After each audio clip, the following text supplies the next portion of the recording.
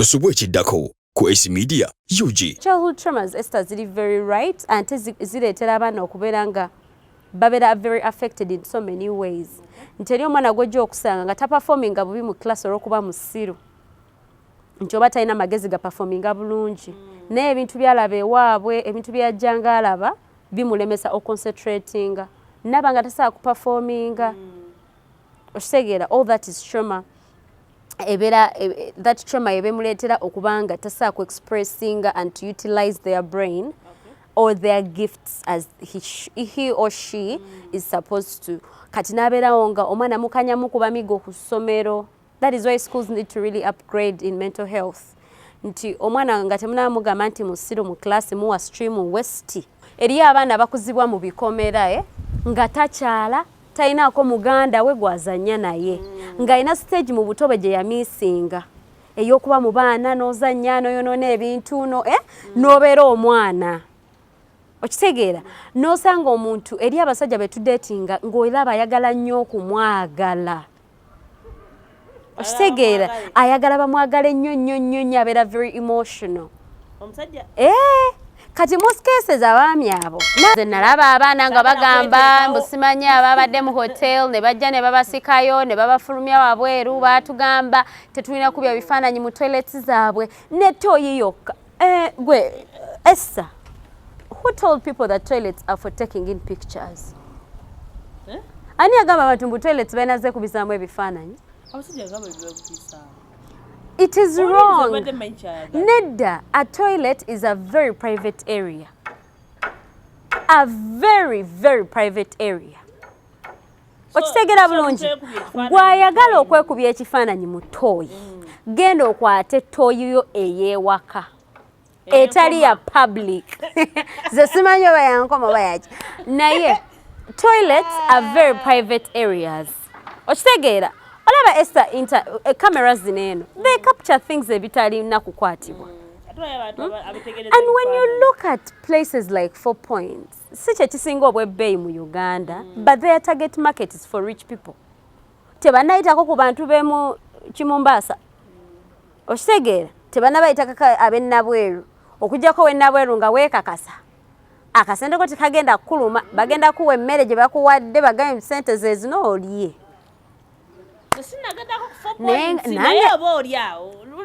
Esther, amaka nkubuulire kino. Abaana bano baniiza nze nkugambye oligenda mu abaana bayo ne bayomba nnyo ne bagamba Matilda gwega tokyagala ekitegeera. Abaana okugenda obugenzi nawe kubifa ne mugamba gwe, do you know what it means to stand onto someone's property and you take pictures without their permission? It's an offense. Yes, it's an offense. Who has told you to take pictures from here? If you want pictures, go to the photo studio. No pics. Okitegeera. Sabala abaana akugabe bayikira 4 Points. Omuntu kagamba kino oli n'agamba musimanyi omala ordering emmere waiter n'akuyimirirako we bati. Waiter aba amanyi omuntu eyazze okulya okupasinga time n'omuntu eyazze okulya okukuta. Kati abasha bakuyimirirako? Bakoye commotion. Etayina bachita etayina results. Operations manager hotel azze alabye abantu bangi nnyo mu sitting hall oba mu restaurant. Okitegedde agenzeko ewa chef okulaba orders zaafunye nga temuli mu order etegerekeka. Ng'abuuza banene abantu abeeranga bazze wano tulaba abantu abayingira bawera 1,000. Orders ez'essente tulinamu 4. Tulaba chipusi, sausage, chipusi, chicken, chipusi. Bali bangi. Nkugambe nga buli muntu ndogamba bannange. Ebifo babikolera ba dignitaries tebaagala balalaasa. Abegagga b'ebitiibwa abatagambwako. Oba kitegeera. Abaana bagenda mu toilet ne beekuba ebifaananyi Esther. Kati imagine oli mugagga oli mu wakitiibwa nnyo. Eri abantu abagenda mu ebyo ebifo ng'ali mu kudduka. Esther, there are people that go to hotels. They want to run away from their social life. Ngayagala kufuna kakafa akali private. Oba wakayingira ogenda oyingira toilet.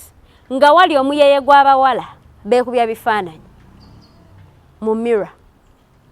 As a mirror selfies. Tell me how you're going to help yourself in such an environment. e point eyinza okuba nga ntuufu naye 4 points tugirekera ababedde era gwe bagobyeyo manya toli waayo genda Georgia jangu eno olya emmere abagala okwekubya ebifaananyi mugende ku zi mall. No one is going to call you mbu waki wekubizana ebifaananyi at Acacia Mall. It is a space for public consumption. Buli amwajja abewa every Tom, Dick and Harry. Eyo nze kugambe Esther nze kugambe sina gaswala ama togenda kweswaza nze munange nti okweswaza nze sigenda mu kifo nga sikisobola. I remember going to a certain bar and someone natugamba bagita illusions tebakirizaayo bino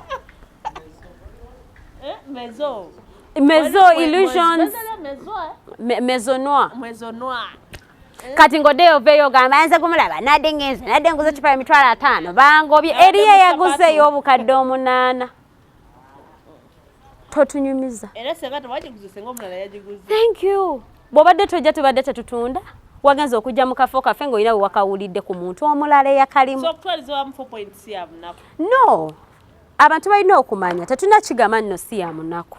But abantu balina okumanya that they should appreciate people's businesses and the time and money they invest in them. Eso ogenda kukola waneeno business yo ng'olina target market.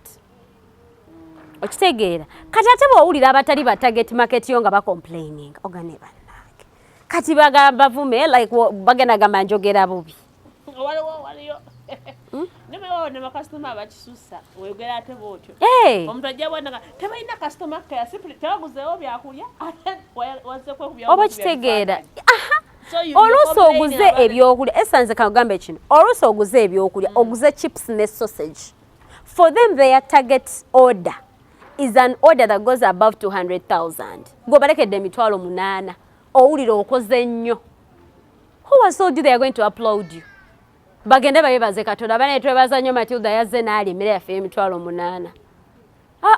Their target muntu kujjanya emmere ya mitwalo aga 3. emmere 3 ane kakati zolaba oli eyo eze emitwalo 3 ene waffe mu ghetto omwezi mulamba gubasota eso kimeri abantu abagenda mu bifo byokulyamu ebyokulya nga tabuza ribs za mmeka enkoko ya mmeka kino kya mmeka agenda ku menu takebera ssente ndabayo takebera ssente akebera bukebezi mmere eriko okimanyi okay nze kisinga okunsabisa menu sikebera mmere erimu kukebera ssente kati eriyo abagenda nga takebera ssente ngenda okujja mu kifo nga mmanyi byenjagala okulya because nze si muntu wagezesa mmere ate simanyi mumpe baga ate simanyi nze ebintu byenayiga byenasoma nti nzije watu nze kulya rice and beef kyekyo kyekindese mu kifo kyo so nze kukonfaminga how much is it nze munnange byonna byonna sibikola kubanga ku kaseera kano restaurant eso tinze nyo eri awo giz eri awo kumega bayina akatogo wakakasaavu bayina chips chicken gumukitundu kati nze muneka nkubuulire nze kyoyanze ate seeteekerako ddala n'ebifo ebyo sitawana nabiyingiramu yaddokebera mu menu yaabyo nze mmanyi ebyange byendi kyebiri kyo nga oli sorted buffet kuliko amatoke mucere biki kyenyanja wano ku satellite hotel kati nga ekikutwala amazima ddala okwata emyezi gyo 8 egya rent nze nkubulire ogireke somewhere somehow ndabye ebintu Esther abantu balina ssente abantu beeteekamu ssente nze kyobola neegendera ku kikalayi kyange chips zange za 3 n'akafi k'enkoko kannya keekasaavu nekalya nempanika eri ekigere ne kabeji yange n'ennyanya embisi n'obutungulu nentula nempanika bwe mba neeyambye ennyo kooko ngulawa 4 nti oyo abeeramu ekicupa n'enkya n'onywako n'ogudda n'enkya n'oguddako nze sigenda kwesaddaaka Esther bwe nifuna ndigenda n'endya yonna gye njagala Esther nze saagala bulamu bwakwekubanja wakozesa ebintu nenze kyemmaite bakyayisa abantu bintu biriwa ebintu byogera mu restaurant n'olya ne bakozesa ebintu ate bakozesa bintu kati bakuwamba national ID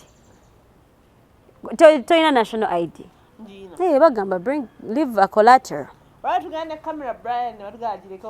bagamba leave your cameras here when you get our money you come and pick them they are safe with us iPhone yange sigena genda nze newe mba ngenda na musajja wange nga tugenza okulya mu kifo ekyebbeeyi mubuuza owezaamu ssente oba toweza tugende tulye be tusobola saya akuddeeyo olinamu ssente ziwera kati abantu balina ekintu kye bayize kati buli we bakwata nga oli mubbi bakwatira ku TikTok esaje nawe bakwatira nze kati esa kankunyumizeeko akaboozi waliwo we nali ne ex wange nga tugenda mu kifo kati nga ngamba nina enkoko gye njagala okulyako there is a place in Nigeria called the Gardens nga ngamba that place they have very nice goat's meat we should go and try it out it was a Saturday nga nkyali ku campus munnange nga tuva bulungi ewaka nga tulina ekizike banange ffe twali oba baana bato batwali basiro oba twali ekizike ekyo nga tusazawo tukirye enkya Mande tujja kukola endala nga munnange tuva bulungi mu kazigo kaffe nga twambala nga tugenda okutuukayo oba ekizike kyagwa mu kkubo nga tufuna boda oba nga tusasula boda I don't know kati tugenda kule omanyi bambi my ex bambi he was really my friend nga ebyokulimba bivuddewo nga kale taswala gyendi ate nga siswala gyali tutuuka okutubya ebyokulenga gamba hey big man first come big man nga what are you guys going to have at our menu affair let me see Gagana, you know what? Let me have my goat's meat. Nga get me stir fried. Kati nga abachagiranga ngagaya kagenda bwati okufuna ebyokulya. Ngamba first wait. First go back the gate. Let me first check if I have the other ka 50. Estanga kakazike mwekali. Akazike ngatekali. Ne twito mzega soko komewa no sebo. Ne tungamba you see the challenge we have gotten we've gotten a friend of ours at we say Esther Chokugamba true story. If my ex sees this video, he will relate. Wait. Okay, first hold on by the way. There is a friend of ours that has called. We are supposed to be here with him. So we can't make the orders before they come. Katika tugenda tumupiking tujje tukole tu ordering empya. Naye otovaawo tugenda kudda tulye mmere yaffe. Esther ne tuddeyo nga tunoonya akazike okuva ku mulyango gwa the garden tukanoonya paka we twaviirako ku boda akazike nga tekaliiwo twakakana tukutte boda ngetuzizaayo waka naye okubanga twali twagala ennyama y'embuzi twagamba kale eya gardens webanga egaanye tugende kasangati Esther nangamba ne Matilda kusende zekuwa chogamba toina muyadde zitusogenderako kasa namugamba nina nangamba lisizirete njaziko sasula era nengera nentakula jazitereka ne tugende kasangati ne tukone embuzi nenga Esther singa tetwalina sente singa tetweke biroza kye kyandibaddewo mwali badde mgakoze bali batunywezeza ebise mwali kubiye ku mobile mwali kubidde abantu ku mobile money bakueleza imagine kugambe ola obera in such a problem you don't think tolowooza ne Esther omwerabira njasa okubailinga out omujjukira amaze okunyweza nga tusobola nongamba nesinga wankubidde nga nabadde sikujjukira nako nga ne muto tobaddemu so kati eyembeera ebifo betasobola tubyesonyiwe tugende mu bye tusobola sinza kulimba anyway tuvudde mu kibozibozi twali tubagamba embeera nga yemidde mu Uganda emmere ya bbeeyi ebifo bya bbeeyi so bambi oba ogenda ewantu mu kifo ky'okuswalaswala okutele ku TikTok bagambe yono atuwulirira bulijjo atasasula oba ogenda swala nnyo so please genda kugiziweerira emmere yo gumu kitundu ng'okkuta yes so please manya level yo tubembina ebintu yesawa tumanye level yaffe wawe tukoma mtugambe naye mpulire ero namutwalo tukoze tutya so there we are anyway tubati tukyali mu lutalo lwa depression tukyali mu lutalo lwa mental illnesses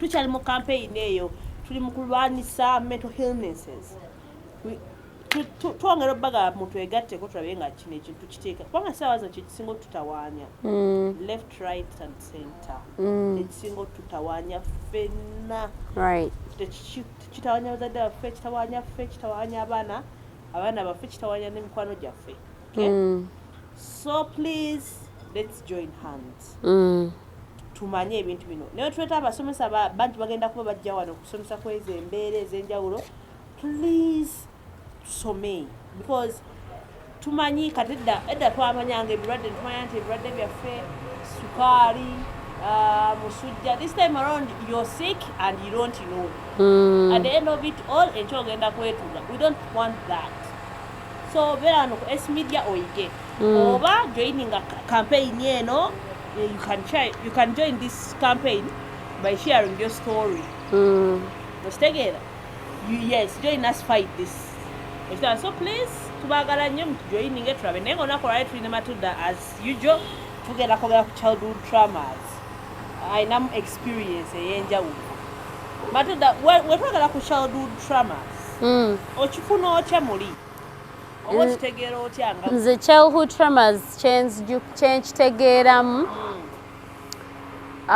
ebintu ebyo ebiba ebya byakutuukako mu buto bwo ne birema okuva mu mutwe gwo ne bikuimpactinga mentally ebintu ebyo nga bikutuuseko nga bituusibwako famireyo kiyinza okubeera gwe kennyini bazadde bo baganda bo amasomero gye wasomera mikwano gyo naye nga wali okyali mutoye ng'ebintu ezo events zajjanga zibeerawo naye ne zigaana okuva mu mutwe okitegeera those childhood traumas zibeera impacts okay zibeera nga ogamba an impact you get from something that happened while you were a child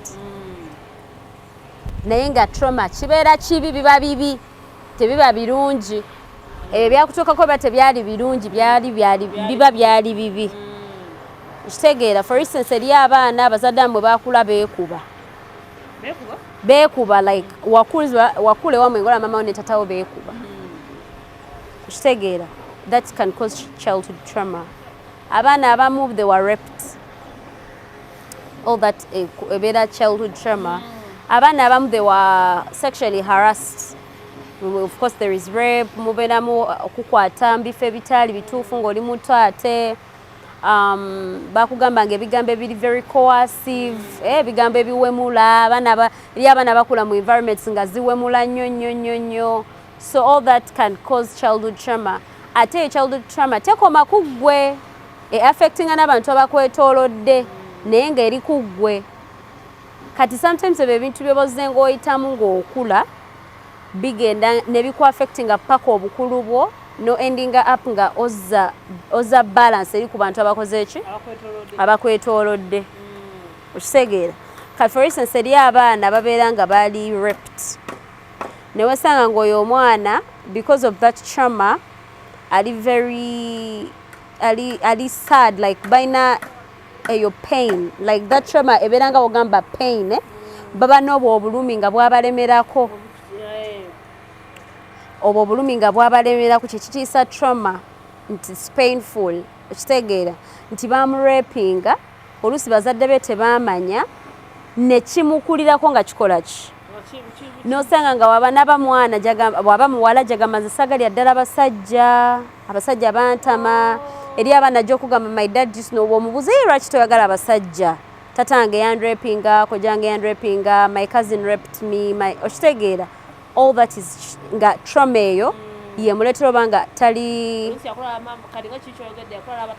akuba maama we n'agamba nze sagalya ddala abasajja thank you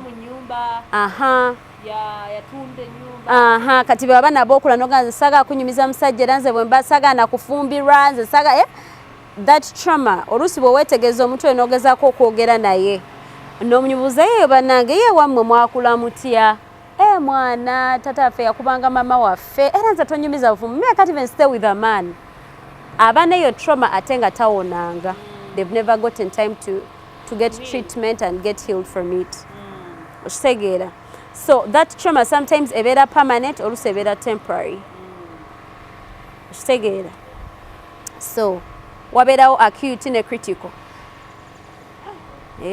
Birimu oluzungu. Birimu oluzungu. Mubeeramu acute ne critical. Kati critical ebeera ng'eri very very dangerous, like omwana yalemala. Nahanga kyamu affecting nga takyasobola kuwona. Okujjako nga Katonda yayambye obanga agettinze through a lot of like abajja kuwona, I'm sorry but ekyo mbadde nkyogedde bubi. Abajja kuwona out of people's counseling and guidance and treatment and medication. Then acute aba asobola okwewonya ye nga ye. Aba asobola okwebuulirira n'akola ki? N'awona. Kati ebintu nga bw'olaba rape ebeera very critical. Aba tasobola kuwona mangu atyo, aba yeetaaga external help. External help could come from their parents, from doctors abali specialized in that, nga wagamba ba psychiatrists and counselors. Aba yeetaaga a lively kind of environment, like aba yeetaaga help etali just by themselves.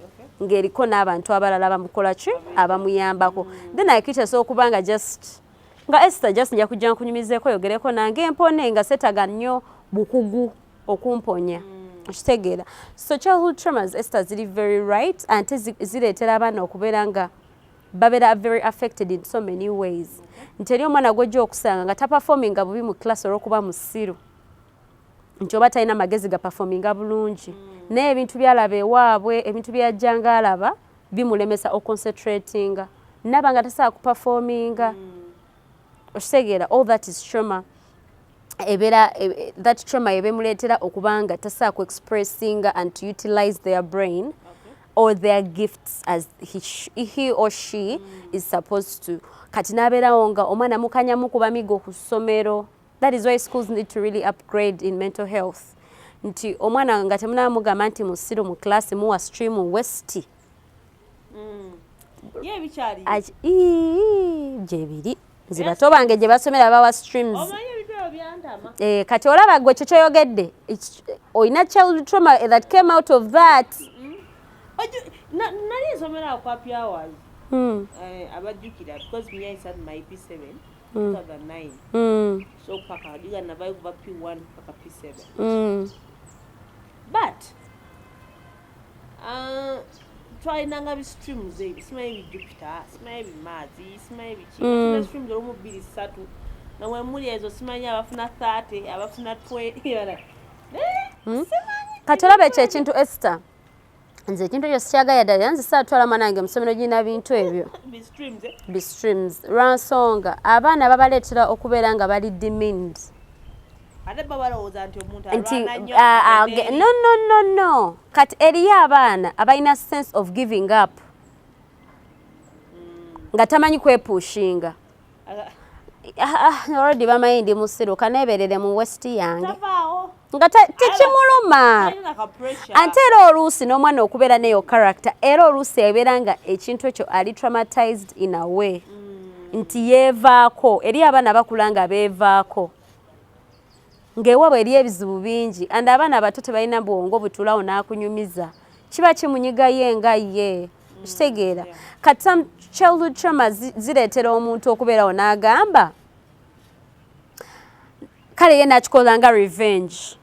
Omwana omu n'agamba nze nabonaabona nnyo nga nkula sinza leeta mwanange kubonaabona. Be bazadde boosanga be abalina n'abaana ne zi helicopter bewalaba ku. I'm telling you, nze nkubuulira omuzadde eyakulira mu ssente obulungi tayonoona mwana we nnyo. Kubanga it's a usual activity in their home. Abazadde abasinga nga bakulira mu bugagga tegaba mawulire. Kati fe baba bakula nga temwalina bulungi. Bwenfuna ezange ngamba nze natambuzanga ekigero okuva eno paka kwa Piawazi sisobola kikola. Jason, I'm getting you a car, a joke dropping anger. Of course, that's normal. Okay, now that's very normal. That's very. I left Happy Hours in primary 2. That was 2003, and then I went to Buganda Road. Oh no! So for me, I was there from P1 to P7. Yeah, I was there from kindergarten to primary 2, 2003. So olabanga abaana ebyo ebintu byetujja nga tuyitaayitamu ebyo bebituleetera trauma. Kati ku nnyonyi nti ojja kulaba nga omuzadde omu trauma gye yayitamu nga muto aganza omwana yinja mu spoilinga na buli kimu ne bw'ajja nanga njagala amasimu 6 bwe manzirina ngenda kolaki no, like that's that trauma that we are talking about. Nti emupushinga okola ebintu ebimu nga birina extra. Nkugambe trauma oluusi ereeta positive impact, oluusi ereeta negative impact. Okitegera kati positive impact eniza okujja mu muzadde okwagala okuspoilinga ennyo omwana we.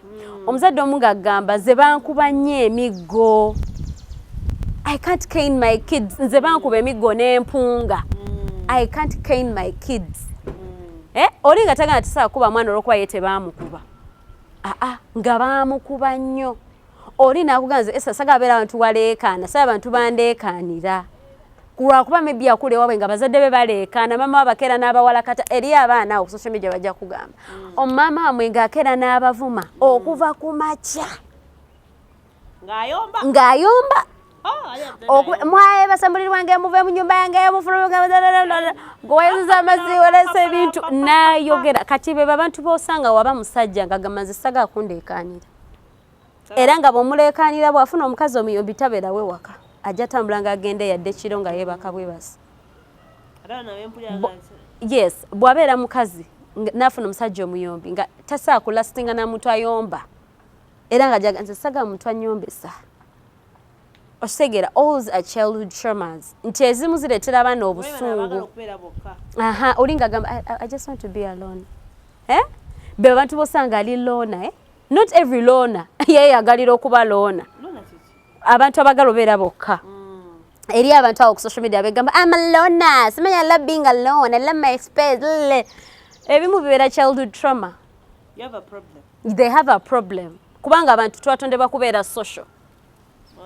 Katonda tutonda ng'olina okukolagana n'ono okolagane ne neighbor wo. Okitegeera. So sometimes it's trauma. Not everyone that is a loner ayagala just kubeera loner. Abamu it is childhood trauma that puts them into that state. Abamu temutubuukira ate namwe n'atubuukira mujje ne facts zammwe omaye mweteekawo nnyo. Kaakati Essie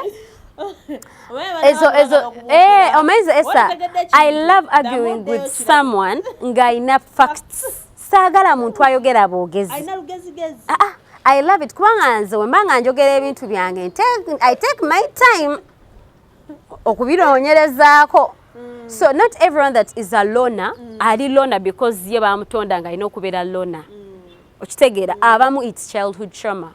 Nga yakuzibwa ewaabwe nga teyabeeranga na banne bazannya nabo. Eriyo abaana bakuzibwa mu bikomera nga takyala talinaako muganda we gwazannya naye. Ng'alina stage mu buto bwe gye yamiisinga ey'okuba mu baana n'ozannya n'oyonoona ebintu n'obeera omwana. Okitegeera n'osanga omuntu eri abasajja be tudeetinga ng'olaba ayagala nnyo okumwagala. Okitegeera ayagala bamwagala ennyo abeera very emotional. Kati most cases abaami abo n'abakyala abaami osiga mu n'abayagala nnyo. Kati abantu abo oluusi nabo babeera ne childhood trauma nga teyayagalwa. Okitegeera kati bw'akula be bano abaana be bayita these people they call attention seekers. Nti omwana akula nga ali attention seeker nga yayayaniranga nnyo okumulabawo. Beera nnyo mu families ez'abazadde abali very busy. So batamulaba weeri. Waba yakuzibwa nga talibwawo. Wakuza nga tebamwagadde. Trauma eyo ajja extendinga ku bantu bagenda okudeetinga. Bw'ajja extendinga ku abo abantu. Bana batwala ku social media nabo era nga attention seeker. Abo oluusi it's childhood trauma. Yesaze akapale. Okitegeera kati olabe nga ojalaba nga abo abantu naddala like attention seekers be baba nabeeraawo nga babeeranga ewaka maama we ne taata babeera busy. Abalaba mu biseera ate ne baba balabe they're busy on their laptops or they're busy on their phones calling here and there. Bawulira conversations ezigenda mu maaso ziba za mirimu. Okitegeera kati nga tebaafuna chance eyo yakubeera na muntu nga ayagalwa mu bujjuvu. Ng'oyagalwa mu bujjuvu ng'oli bw'oti. Like there are so many SC. Abaana abamu abeera nga alina low self esteem. Oluusi naye abeera childhood trauma nga ye mutawaanya. Low self esteem, yakulira mu ssomero bamuyita musiru. Ewaabwe mama bwe yabavumanga banamu abatalina magezi, mwana gwe kyoli musiru. Kati omwana n'akula nga ye amanyi musiru. Nga ne womuwa ekintu nga asobola okukikola ye aba awulira tasobola. Lwa nsonga yalemala. Okitegeera? Nga ne bwakola ekintu asooka kugamba, Esther, do you think this is right? Nga they don't have that bit of confidence. Egamba nti I know what I'm doing is right. Banangambireyo nti bifu. Neze byenkoze bibyo bituufu. Kati nze oluusi abaana bakiyitamu baba bali very emotionally strong. Omwana abeeta mu childhood trauma neetamu affecting abukulu ate era kiba kizibu. Okitegeera kibeera kizibu olaba nti era waba oliza ogezako kukyekuuma n'otagezako nnyo kijjayo oba obugumiziddwako oba n'oyitako mu counseling ne bakuwa awareness eyo naye era wabawo events lwekyejjayo. Era omuntu abanga ali very attentive abeere nnyo nawe oba mukwano gwo oba bbaawo oba mukyalawo or anything nga bakweberako nnyo amanya muntu wange ono ake waabwe teyayagalwa bulungi. Okitegeera eri abantu abamu nga they don't know how to express love kuba tebaakulako nga balaba gwe bagiwa nga tebabaagalako nga nawe omugamba I love you they can't tell you I love you too. I am telling you. Kala hizo kigamba ekyo naye nga bino ebyo atamanyi. Nga tasaa kugamba I love you too kozi yamanyi tekiriiyo. Tiyalabako mama ne tatawe nga beeyagala. Beba basajja boosanga he can't get you anything. Beba wala boosanga nga she's not romantic. Teyakulirako mu space y'abantu beeyagala.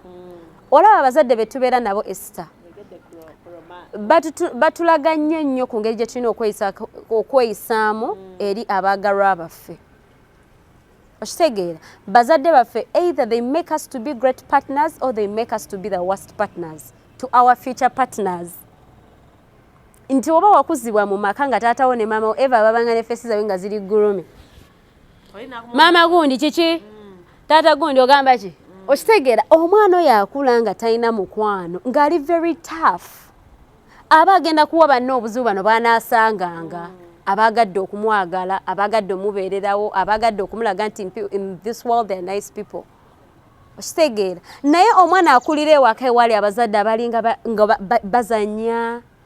You know those parents that play, they make parties at home, no mama ne tata wali bali abanywa, they've invited friends around them.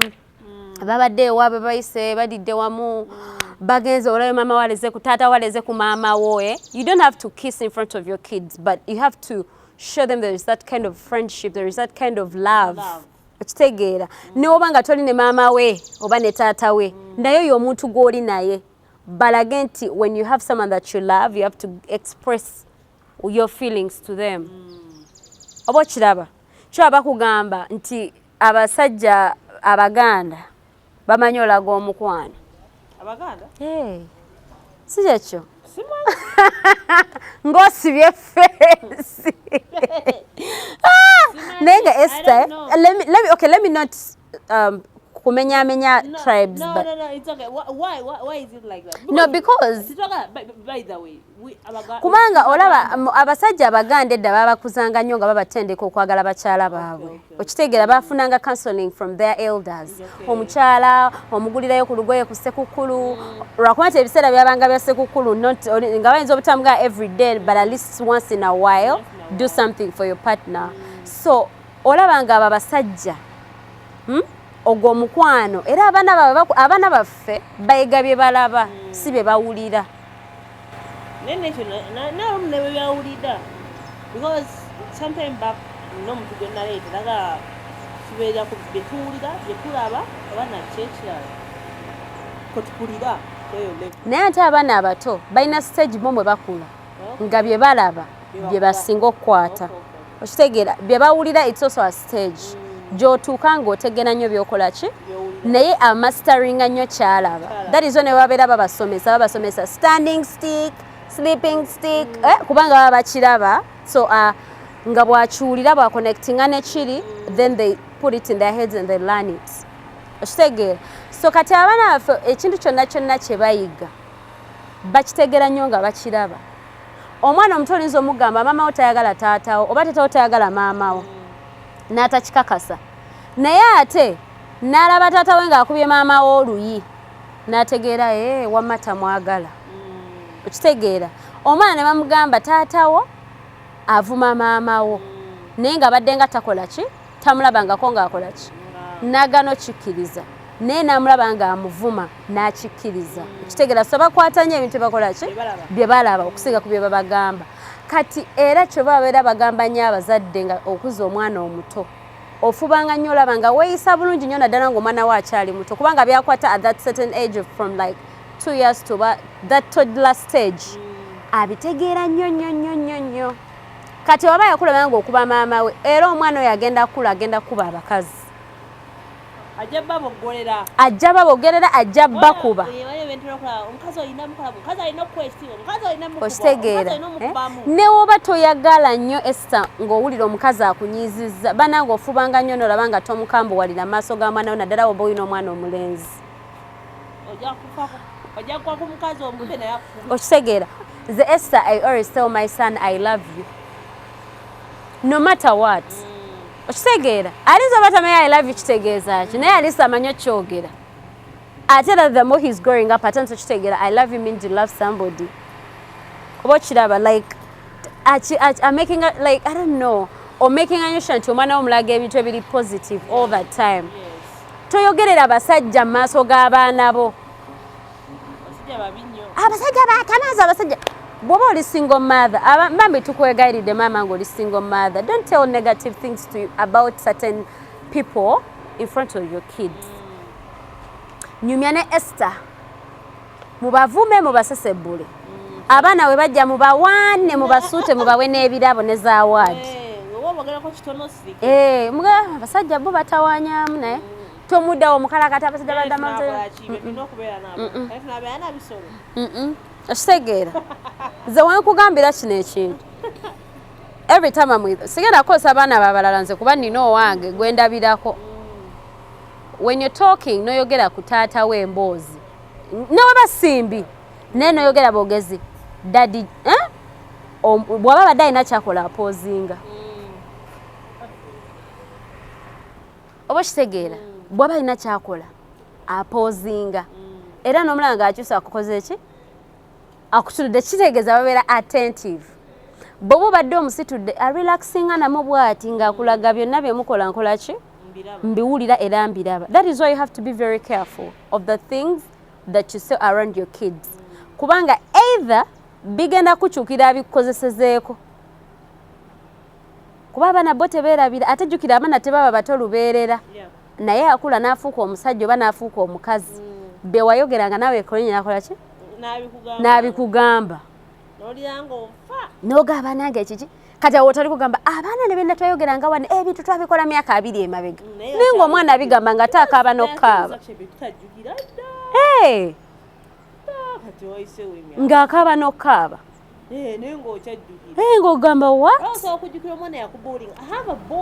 bamuyita mawanda mawanda biki nali ku ssomero ebiseera I remember I was like in P4 kati nga yali mu kisulo kati nze nga ndi mudde kati nga dadi yansasulira akawunga ate nga mpa ne pocket money kiba nina ekintu kye nakola I don't recall but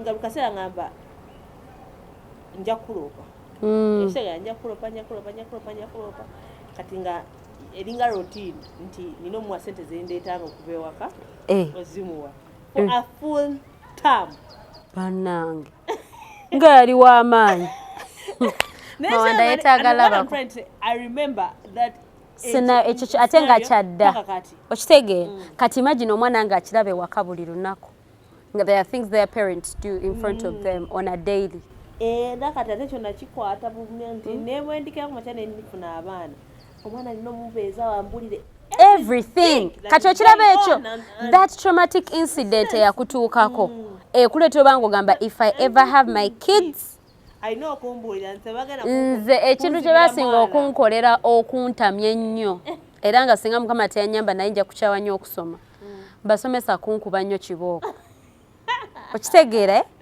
That thing, and I don't know, when I was, I think I was very naughty, and then also I was very social.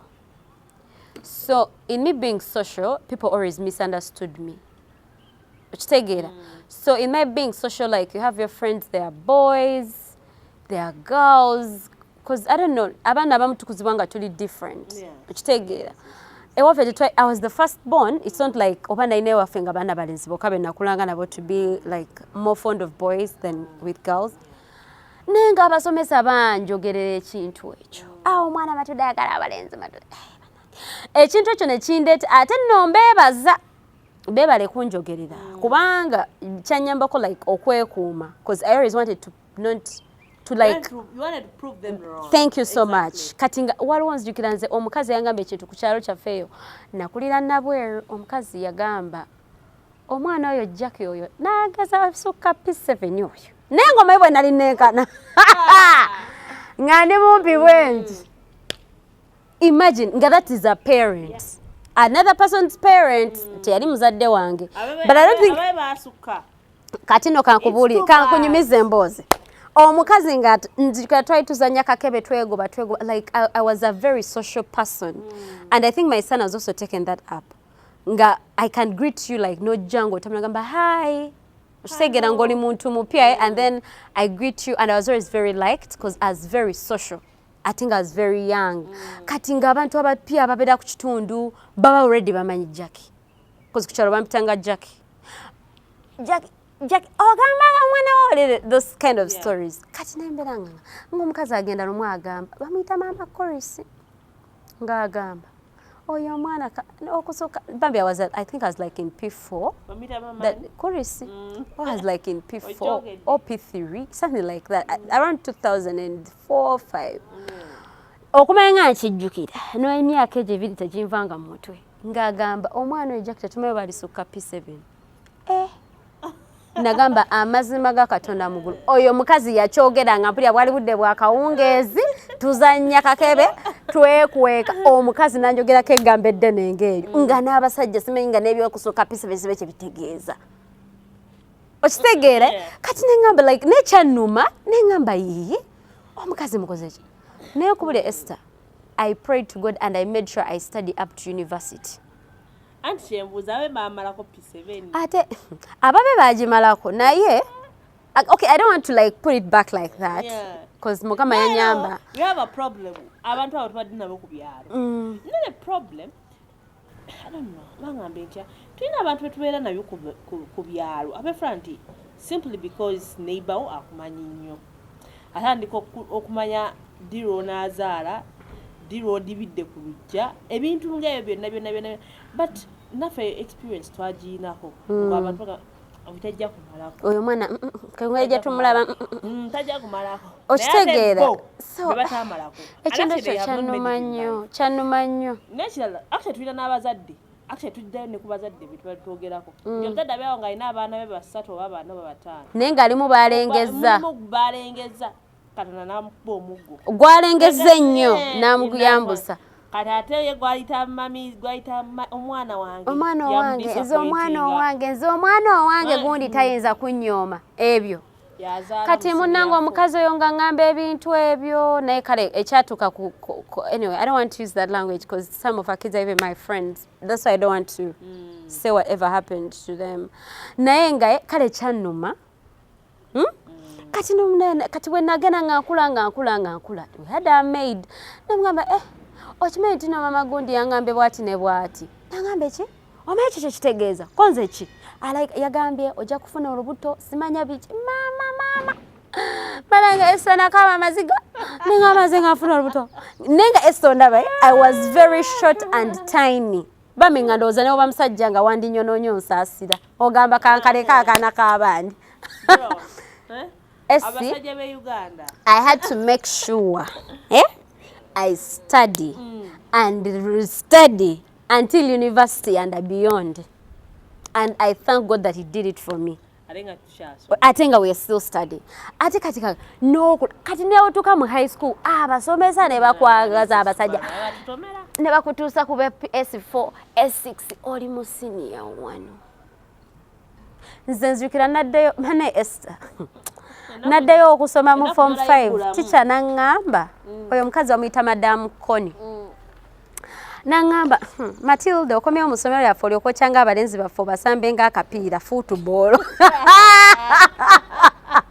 Esther nenga nkonyumize abo nga banjogera ebyo bigambo they can't even spot one boy that is my boyfriend osegera all that guess what ekyandetebe nabyo nebizibu kuba na mikwano mingi being very open to people like welcoming people like that want to talk to me that want to associate with me Esther banjogera abawala mu doomu nga banjogerera okwagala babba baabwe buzibu ki Esther if I was a very weak girl sisi anti nandibadde ntudde mu zino kamera zo nandibaddeyo nga ngamba kambe ku bintu byensi kubanga buli wendaga bangamba nina kyenjagala okutwala okitegeera but I had a very strong mom that used to like tell me abantu babyogera kubanga oli muwala mulungi oba mfuna bulungi kati when you're in a place it's like you're intimidating people or threatening abantu babera insecure kati ngachingamba in a very nice way like ati oli mulungi jo bakutya okitegeera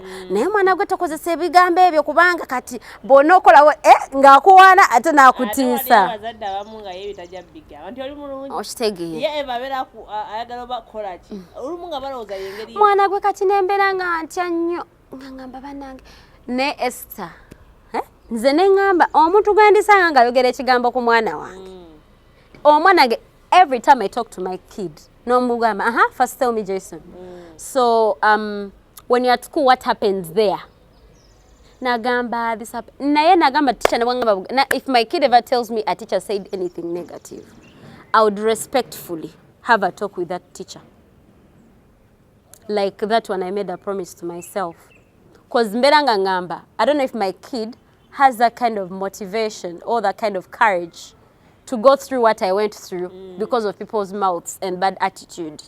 So, okitegeera oba ngenda simulumba mukumukuba omuga excuse me madam Gundi you know my kid came here to study and seek knowledge not to be reminded of his weaknesses.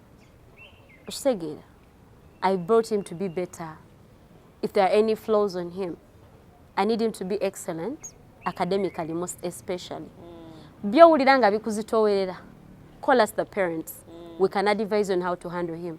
Like I just don't want my son to hear anything negative because the child come with depression yobutonga simena ba depression kyebitegeeza okitegeera n'osanga mudomu ng'okaaba n'ogamba nange nze ngenda kufa n'otuuka okuddayo okusomero ng'otya okitegeera kati ng'ogamba be baana b'osanga ne maaso agenda first day ku ssomero ate okutuula maaso atuulera emabega lwa bintu abaana bye bayitamu abasomesa ne bakwogerera ku kyalo like people should learn nti ebintu byogera ku mwana wa munno naye basobola byogerera owuwo kati Matilda ayina oba nga ayina amaanyi katonda yali yamusaasira nga yali emotionally strong owuwo alinza obutabeera imagine byoyogedde ku Matilda babyogeredde owuwo oba ogenda kusanyuka so imagine all that childhood trauma nze gye nkuze nayo nze nga Matilda okitegeera nti nga bantu bakumanyiko ebintu ebibi ne bazaddewo bye batamanyi oba okiraba and me when I was growing up I feared a lot to disappoint my dad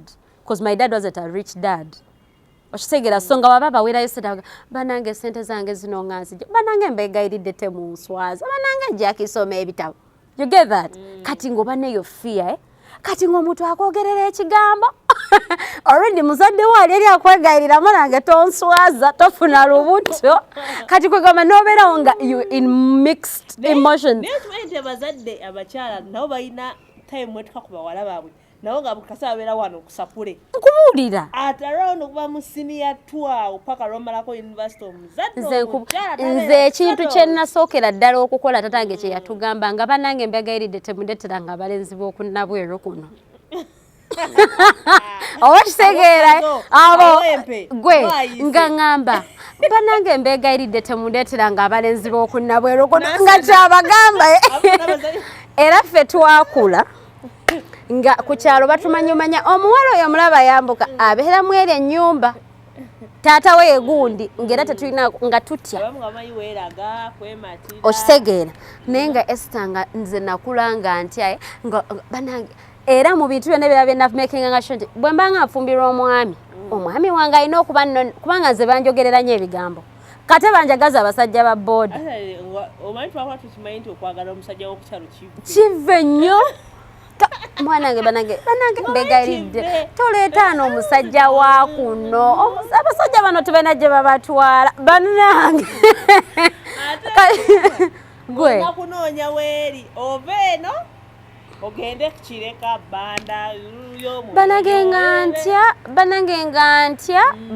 nga ntya naye ku bigambo bambi mbebaza abanjogerera nti ate nsinga kwebaza Katonda nti yampa omwoyo ogugumaye like oguholding a lot of pressure kuba singa yali teyagumpa singa nze baana be basoma amawulire nti netta neyakomitinga suicide okuva ku kizimbe anyway ndoze eri abantu abayise through the worst naye mpulira nga nze banjogerako nnyo ebintu ebibi oba kyali ki oba ki naye banjogerako nnyo ebibi kati nga ne bannange kakati nkole ntya okitegeere naye nga that was my nature I couldn't change it kati wetudde ku childhood trauma nti abazadde baneeno n'abantu abatwetoolodde bebintu abaana baffe bebagenda nga bayitamu okiraba nti omuzadde olina obeera nga oli very attentive to how your kid is living their lives omwana akere ku makya gambe loona lwaki loona omwana myaka 12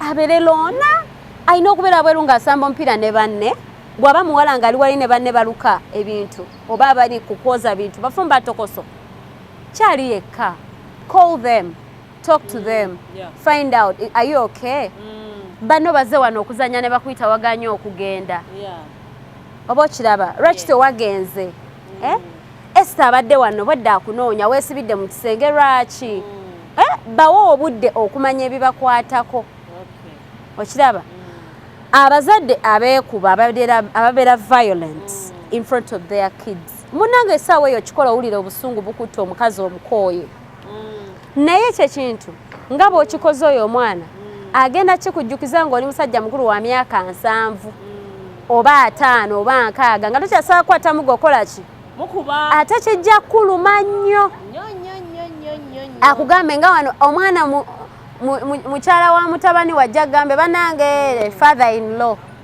owulira mutabani we yankubye ogezeko mugamba kagambe nga wakuba mami ye teyali mukazi kati nange ndeka let me mind my family's business eri abaana babigamba bazadde baabwe naga bazadde zo temuyingira mu business zange za family yange it's none of your business omenge je kirumamu okugamba ku mwana onagana okuwuliriza it hurts it's a different thing okitege it hits different oba olyanga kikuluma nnyo kuba bakuza omwana wange oyagala akutya kuwulire okiraba so those childhood traumas zi affecting abaana n'emirimu gye bakolera nga omwana tawulira omwana bamugambako katono nnyo n'akaaba nga alina pain gyatasaa kwogera agamba nze temanyi bintu byempiseemu let me work on my pace naye nga ne boosi tajja kukitegeera omwana ng'alaba abaseka ennyo wabeerawo situations etujokinga mulamu ne tuseka ne mujja ne museka n'apickinga emotions out of it n'anyiiga naga mwansekeredde mulooza ki oba okiraba so ebyo ebintu bigenda nga bi-affecting abaana in all directions of their lives marriage work naye mu kuzaala abaana ababe eri abaana nga yakula bamuboggolera alowoozayo batyo bakuzaamu abaana n'aboggola nonga abanange toboggola abazadde abamu babeera batuboggolera nga balowooza babeera batugunjula mubeera mutuwugguusa mutukangabaza okitegeera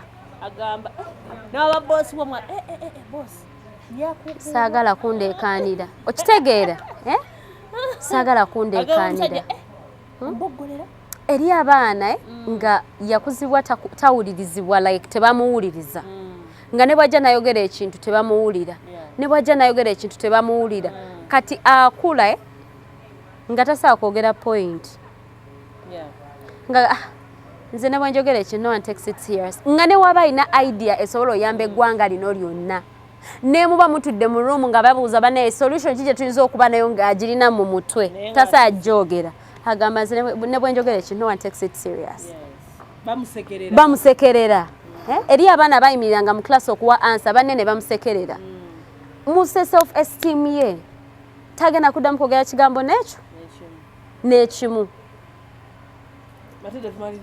banange childhood trauma is a very serious thing and it is affecting us all of us okuva ku mukulembeze w'eggwanga paka kuki ku muto gwe baakazaala okitegeera nti abantu amu okyaba wabeerawo irrationality ebeera mu bantu nga eyo ebyo ebintu abantu abakola ebintu nga talowoozeza papa bupapi bibeera olusi byava mu buto bwabwe yakuzibwa ewaabwe tata yakera ku makyala agamba maama mwe mukooye n'amugoba mubuuza tata lwaki wagoba maama nali mukooye tabawangako reason oba okiraba kozi ebintu ebisinga obutu affecting abantu bagenda byagala oba bigaana is home omwana akulidde mu broken family abeera mulala ku mwana akulidde in a home that is a unit broken family eri abaana nze kati I'll give you an example their kids akulira mu maka nga bazadde baali bayawukana naye ne basetolinga buli omu n'aba ne family eri well organized oyo omwana ate era naye aba mulalamu ate tabeera ng'omwana nga maama we nateeba ekyawa ne bataddamu kufumbirwa wantu walala wonna taata n'ababibye buli mwaka aleeta mukazi mulala maama naye n'ababibye nga kacyanga abeera ne maama tamulabangako na musajja n'ogu nti ye bbaawe oyo omwana tomusuubira kukeera ku makya avaluwinga family